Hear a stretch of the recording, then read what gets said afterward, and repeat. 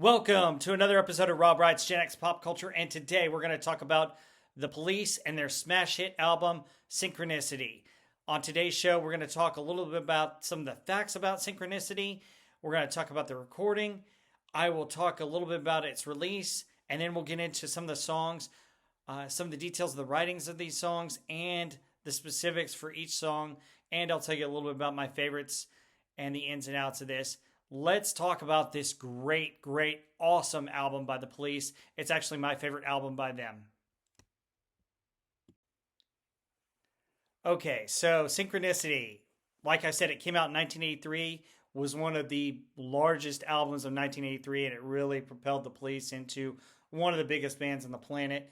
It was their fifth and final album, and the interesting thing about Synchronicity is the title and material was inspired by a book by Arthur Koestler called The Roots of Coincidence. And on the album and some of the images, and you'll see it on the next page, you can see Sting actually reading that book. He actually owned that book. Sting was very much into philosophy and psychology, and that really fueled part of the passion for some of the songs written on this album. And it also proved to be kind of the concept in this album.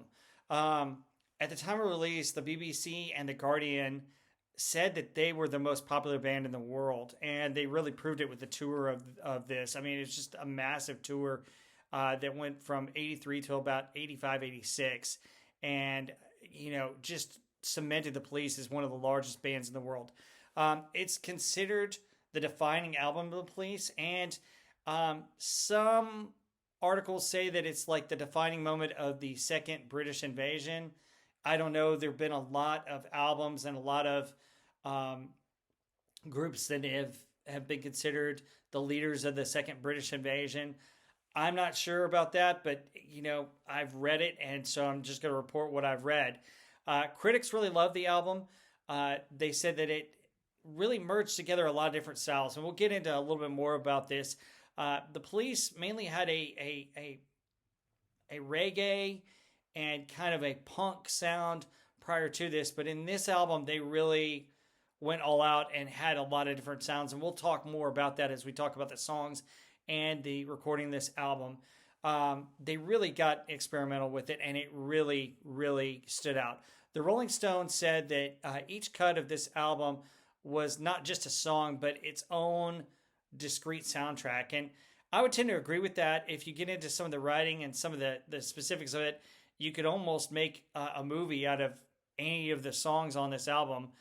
That's how good they were and how well written they were. The other great thing about this is that in 2009, it went into the Grammy Hall of Fame. And then this year, the United States Library of Congress preserved it, saying it's unique as it's culturally and historically and aesthetically significant. So that's kudos to The Police. What a great album. Let's talk a little bit about the recording of this album and find out why it's so great and why I love it so much. And I hope if you've never heard it or never really listened to it, I hope you get a chance to download it on iTunes or go out and buy the album and listen to it for yourself. It's a wonderful album. So the recording of this album was a little bit unique. One of the things that the Police had done, as I mentioned, is they changed a lot of their style. It was before the albums were punk and heavy reggae influenced, and this one took from various different areas. So what they did was they had a little bit of new wave in there. They had post-punk, just a little bit more of the reggae, but not as much as other albums. They had jazz fusion. I heard a little bit of funk on one of the songs. Rock, and also what at the time was called world music. So the Police really mixed it up and had a good melodious mix. I mean, the whole first album has, the first side of the album has, so many unique sounds that really hook you. Each song is just so spectacular in the way that it's set up, has a different hook, and it really draws you in on the first side. And then the second side really goes into the album-oriented rock where you have all the hits. The songs are much sparser with less overdubbing and more akin to a trio feel, and the band's aesthetic of less is more, which is what uh, Sting wanted. Um, you can hear that in a lot of different things. Another big thing was the use of synthesizers, and Synchronicity One has heavy synth. The '80s were known as really the synth pop era, and you could hear it on that song, like Synchronicity One. You also hear it on Wrapped Around Your Finger, which we'll get into a little bit later. World music that they had at the time, where you would hear stuff that you wouldn't hear on any kind of pop or rock album, was heard in songs like Tea in the Sahara and Walking in Your Footsteps. Um, it really brought together this album, and it made it really unique, and that's why I love it so much. Um, Sting says that he loved making Ghost in the Machine and playing with the tools of the studio, but just building things up and sticking more vocals on is what he wanted to do on this. It was great fun, but listening to it, he thought, hey, my voice sounds as good as 15 overdubs. So instead of the overdubs with his voice, he really wanted to come out, and really Sting's voice does stand out in this album quite a bit, especially in songs like Every Breath You Take. It really stood out. So what he wanted to do was change it and really use his voice a lot more rather than overdubbing it. The unique thing about this is that when they got in the recording studio, they spaced each other out. So they did 3 different areas where they would record. So you had Andy Summers in the studio, you had Sting in the control room, and Stuart Copeland set up in the dining room area in his with his drum kit. And the idea was for them to get the uniqueness of their sounds and for it to sound better. I've heard of other artists doing this, such as Led Zeppelin, who had John Bonham in the basement for some of their albums. So it's unique in the way that they set up the sound. Basically, they recorded this in Montserrat beginning in December 1982, and it lasted about 6 weeks of recording. And then they went to Canada and they mixed it in Canada. So that's kind of where they were when they recorded it and mixed it. So a lot has been said about them spacing out because at the time the Police really, they'd kind of grown apart and they'd gone to different projects, and the only time they really got along was when they were either in the studio or on stage.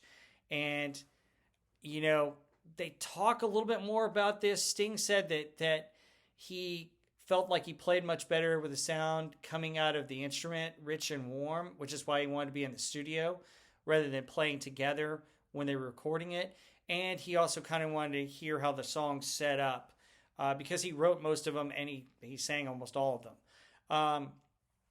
Like I said, apparently they hated each other. They had kind of grown apart. And you hear stories about there are a couple of confirmed stories where you had a couple of fights during the recording of this. So that wasn't surprising or anything new to the Police. They had creative tension, and one of their managers really said that that's really what made the band great, is they had this tension and it allowed them to be more creative with each other, which was interesting. While tracking a lot of live bands will do multiple takes of each song, they would listen to it, and if they liked it, they'd select the best parts and then they'd overdub and edit it together rather than do it over and over again, which was interesting. The album also marks Sting's first time using a sequencer, which features heavily on Walking Your Footsteps. And it was basically Sting seemed to enjoy using it and pushing it to its limits. So he was trying out different things and being experimental with it. Like I mentioned, the final overdubs were done within 2 weeks in Canada from January to February 1983. And, basically they took a week off after recording it and then started hearing it back in Canada almost for the first time. And they realized it was really good. And he said that when you're recording, there's a terrible, terrible doubt that goes through your mind that, hey, we just can't do it anymore. But when they heard it, they were amazed. It was unbelievable. And when it finally came out in the studio, the whole thing began to assimilate and just form a life of its own. So really cool, real interesting aspects of this. Their engineer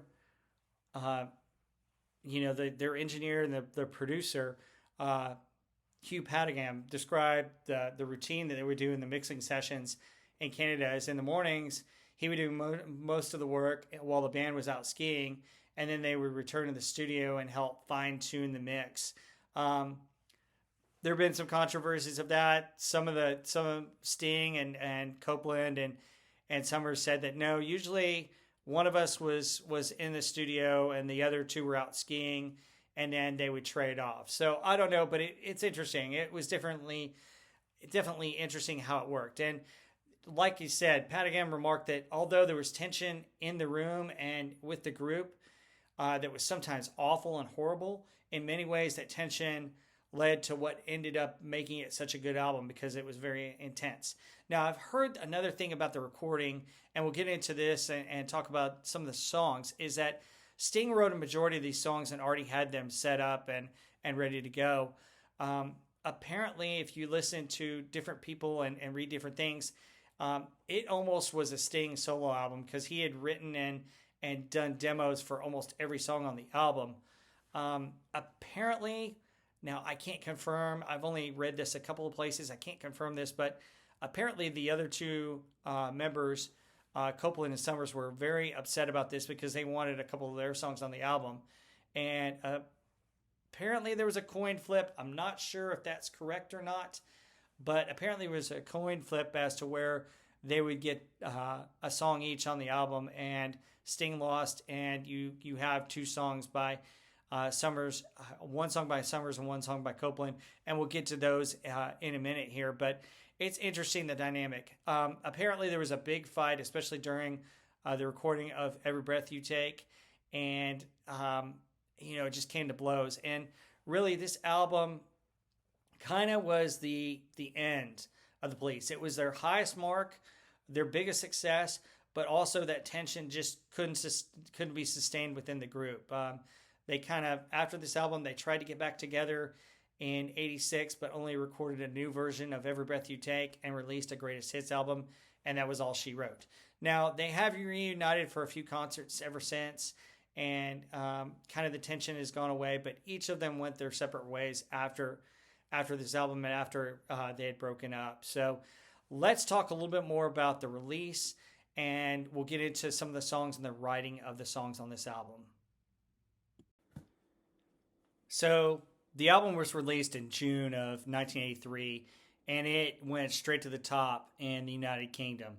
In the United States, Synchronicity went to number one in late July and spent 17 weeks, non-consecutive weeks, at number one on the album chart, and it basically interrupted the dominance of Michael Jackson's Thriller. And if you saw my last couple of videos when I talked about Thriller was number one for a while, and the Police are what knocked Thriller out of the top spot and really influenced Michael Jackson to want to release Thriller as a single, and that's where they got the idea to do the video and release the single so that it would get back up to the top of the charts.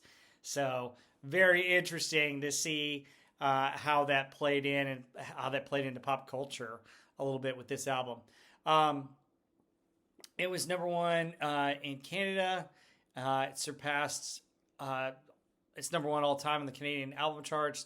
It was itself surpassed in 2012 by Adele's album 21 for 35 consecutive weeks after having 22 consecutive weeks in Canada. So, I mean, it's just phenomenal release, phenomenal album. So, in talking about this album, like I mentioned, Sting wrote most of these songs. And the interesting thing is that he wrote most of these songs while he was on vacation in Jamaica, staying at Goldeneye, which was Ian Fleming's house. Ian Fleming, the James Bond author, that's where he stayed.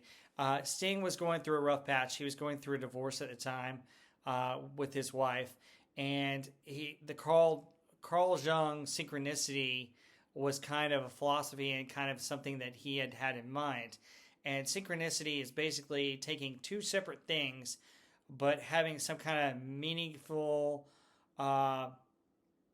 coincidence. And we'll talk more about that and give more examples as we talk about the songs in particular, because there are a couple of a couple of those that are seeing. There's some talk about how this was about that, but also about Sting's mental breakdown and putting himself back together. Sting says part of that was the element in divorce, but Sting said that it wasn't the first time he'd gone through pain, and that pain sometimes brings out the best in his writing, as does several other artists. So that's what it's about. Like I said, apparently a coin flip may have been given so that Copeland and Stewart could each have a song on the album. So it's rather interesting. Sting has some interesting things to say about each of these songs and how he wrote them, and we're going to get into them as we talk about it. But it's fascinating how big this album became and how quickly it became a hit. Like I said, it's shot straight to number one on both ends of the aisle in the UK and the United States, which is just an amazing feat for any band. The goal is to get your songs on the radio, especially during this time in the 80s, as we talked on my Huey Lewis video. And Sting had talked about in another interview that what you do is you make sure you have two songs that are really good radio hits for an album, and then it allows you to get creative and open up with other songs. And they certainly did this on this album. And we're going to talk a little bit more about the specifics of the songs. I'll tell you about the history of the songs and what Sting had said about them. And also I'll talk about the videos, which you're seeing some of the images of some of the videos right here. So let's talk about these songs on this album. So the album kicks off with Synchronicity 1, which is a fascinating, incredible song to start off. Like I mentioned, it's heavy synth-based. And they would actually kick off their tour with this song as well. And Stewart Copeland recalled that it almost killed him to start with that kind of onslaught every night, because it was just such a powerful beat and such a powerful song to start everything off with. The interesting thing was the wordplay that Sting uses in this, and it's fascinating how he starts you off on teaching you about Carl Jung's theory of synchronicity, which is basically, to put it easily, is like two unrelated events having a cosmic significance. It's better illustrated on Synchronicity 2, which we'll get to in a few moments.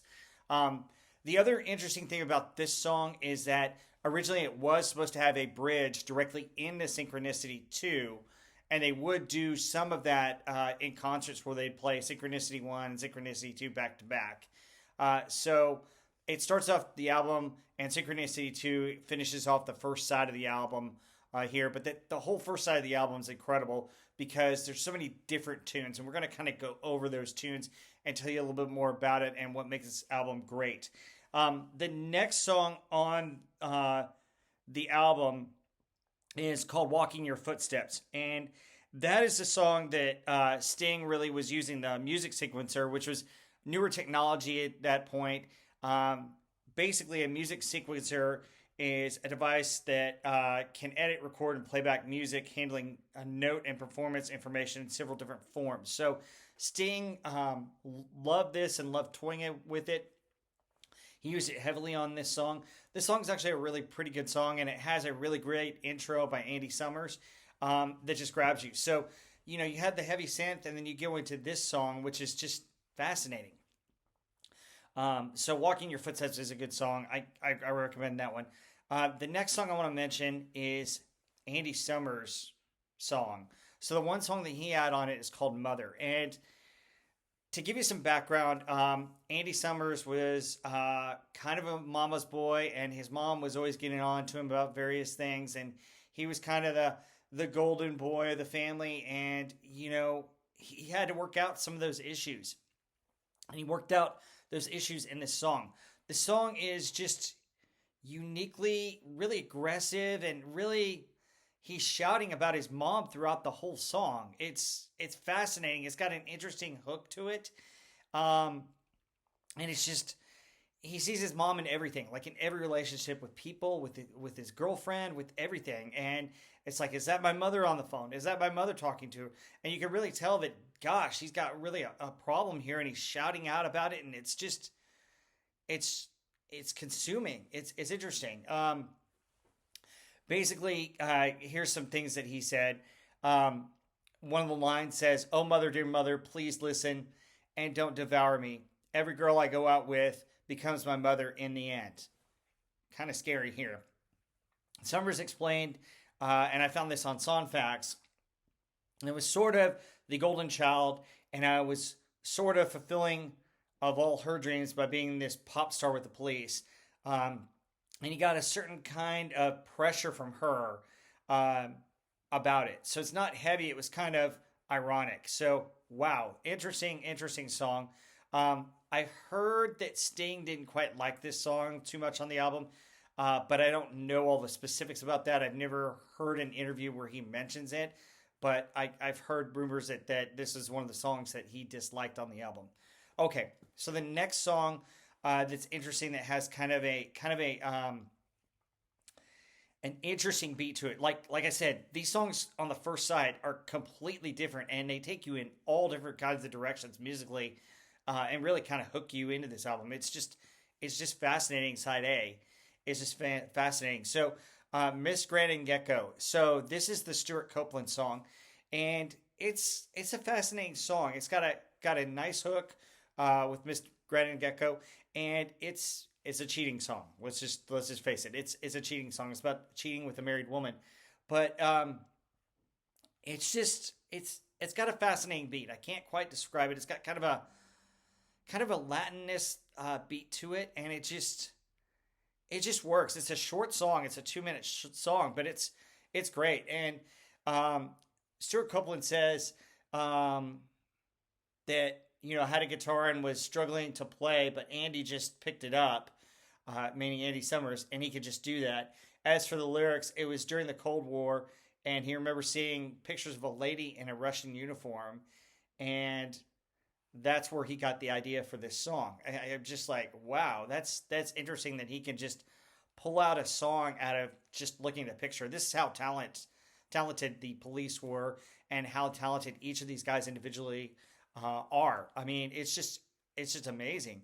I would say that this song is fascinating for a couple of different reasons. It just, like I said, the beat of it is different than any of the other songs on here, and it just hooks you in, and it's right after you've experienced Mother. So I can't think of two songs that were vastly different. I mean, they were night and day. So it's just crazy. Another song on side one is "Oh My God," which is an interesting song.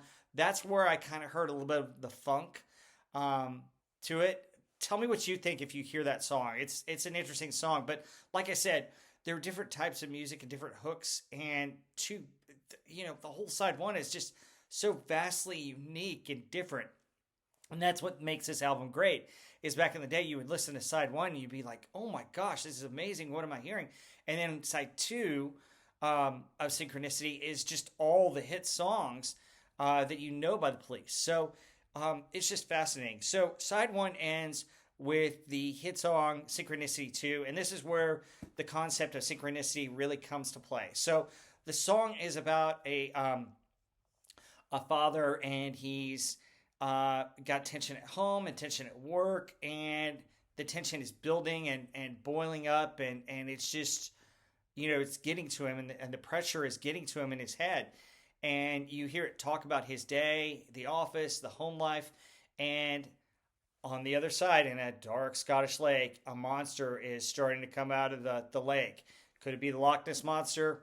I think it might be, but it could be another monster. Who knows for sure? But it's interesting because the synchronicity is his tension and his buildup of anger is the same as this monster building up. And, if you kind of look at it from the idea of synchronicity, which means that these two are cosmically related, then the cosmic act of his anger is causing this monster to break. In other words, he might become the monster in some ways. So it's fascinating. It's an interesting song. I bet you never thought in your million years you could hear a song about the Loch Ness Monster, but here we go. This is a song. And the video, if you look a couple of slides before, is interesting. It's got kind of a post-nuclear dystopian society uh, type outfits and type thing that they were going for, kind of the Mad Max Road Warrior vibe in the video. The video is great. It's interesting. It's fascinating, and um, there's some darn right scary looks that Sting has in there, where he looks a bit psychotic, and I captured some of that in some of these pictures. But very interesting song. I love the rhythm and the beat of the song. I love the guitar play, and I love Copeland's drums on it. And of course, Sting's voice is outstanding throughout this entire album. But Synchronicity 2, give it a listen if you haven't listened to it. It's fascinating.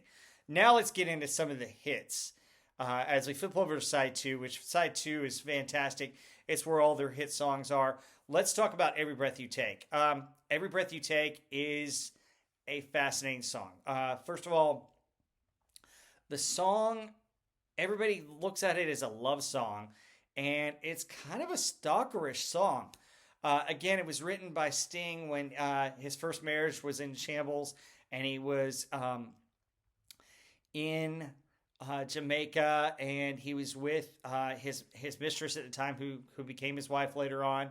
And he was still married, but he was becoming, his affair and everything just became tabloid. And basically, it came to him when he was in Goldeneye Estate, and he woke up in the middle of the night with the line in his head, and then he sat down at the piano and written it in about half an hour, which is, wow, pretty interesting. He basically said it's kind of a generic aggregate of others, but the words are interesting because it sounds like a comforting love song. And Sting said later he didn't realize how sinister it is. It spent eight weeks at the top of the Billboard, and it was a number one hit. The other thing about this song that's fascinating is that Sting and Stuart Copeland came to blows over this song in the studio. I've read several times, several different publications that confirm this, but basically what they were fighting over is the way the drums sounded on this. And I've heard slightly different takes that what had happened is Copeland would put down his drum beat, and they would have it recorded in there, and then Sting would go listen to it, and then he'd change it to a drum machine that would get added back, and then Copeland would come back and change that, and then they just got into a big fight over it. I don't know the specifics of it, but that's the rumor, and that's what you see in several publications. So very interesting. Evidently, what I heard is that Sting won out in the end because it's his song, and this is their masterpiece. This is probably the song that they're known most for. The video was heavily played on MTV. You can see images of it here. It was shot in black and white, and Sting was actually using a bass instead of a bass guitar, which was fascinating. Love the song. It's a beautiful song. One thing I really love about the song is the hook, the bridge, where it goes into "Since you've been gone, since you've been gone, I've been lost without a trace." Fascinating way it hooks you on the bridge, and the bridge is probably my favorite part of the song. It's spectacular. Let's talk about two of my other favorites on this album. The next song is "King of Pain." So "King of Pain" reached number 3 on the Billboard charts.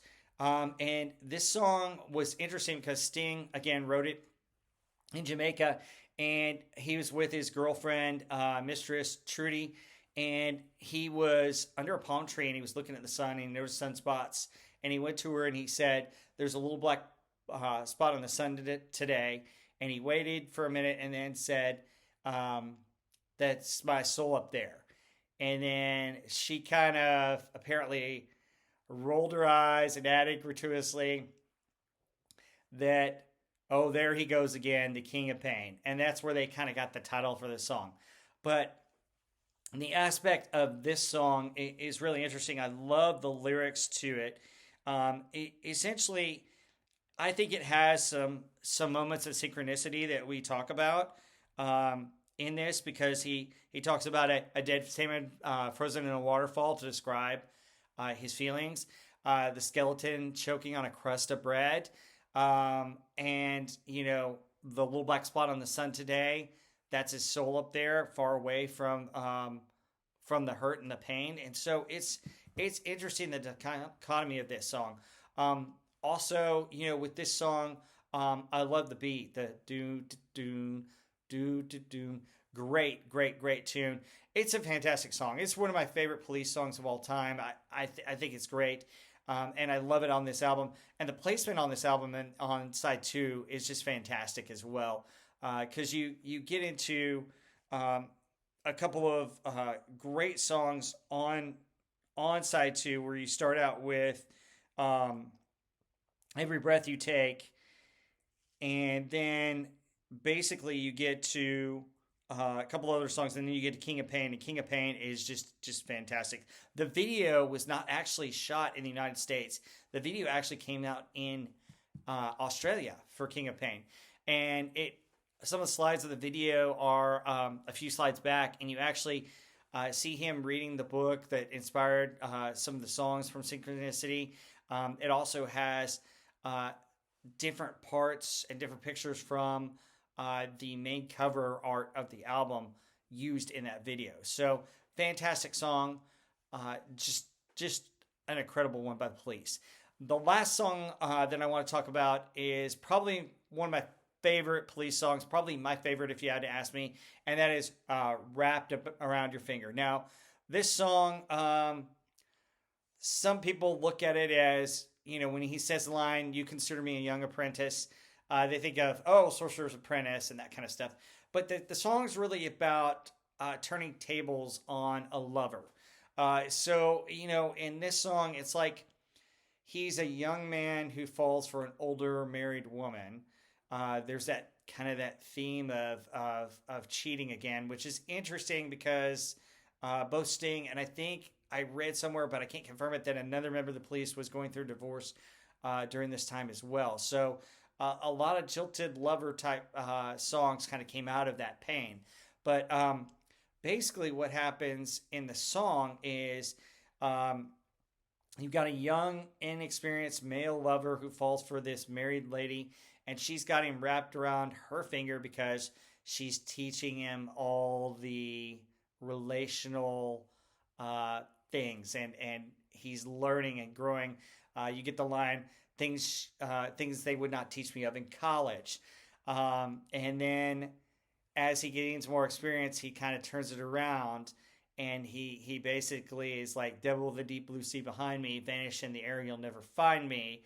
I will turn your face to alabaster when you find your servant is your master." So he turns the tables around on her, which is very interesting in this. So the other thing that this song has, which is I found fascinating, and it's just really cool, they use some Greek mythology and also some of Dr. Faust in it. So he's got Faustian images such as Mephistopheles, which is from Dr. Faust, and he describes a couple of different characters from Greek mythology as well to describe her. So it's fascinating, and I love the synthesizers in this, and it's just a great song. I mean, it hooks me right from the beginning, and the video was fascinating too. So the video got heavy airplay on MTV. It and Every Breath You Take were probably the two most common videos you would see on MTV at the time from the Police.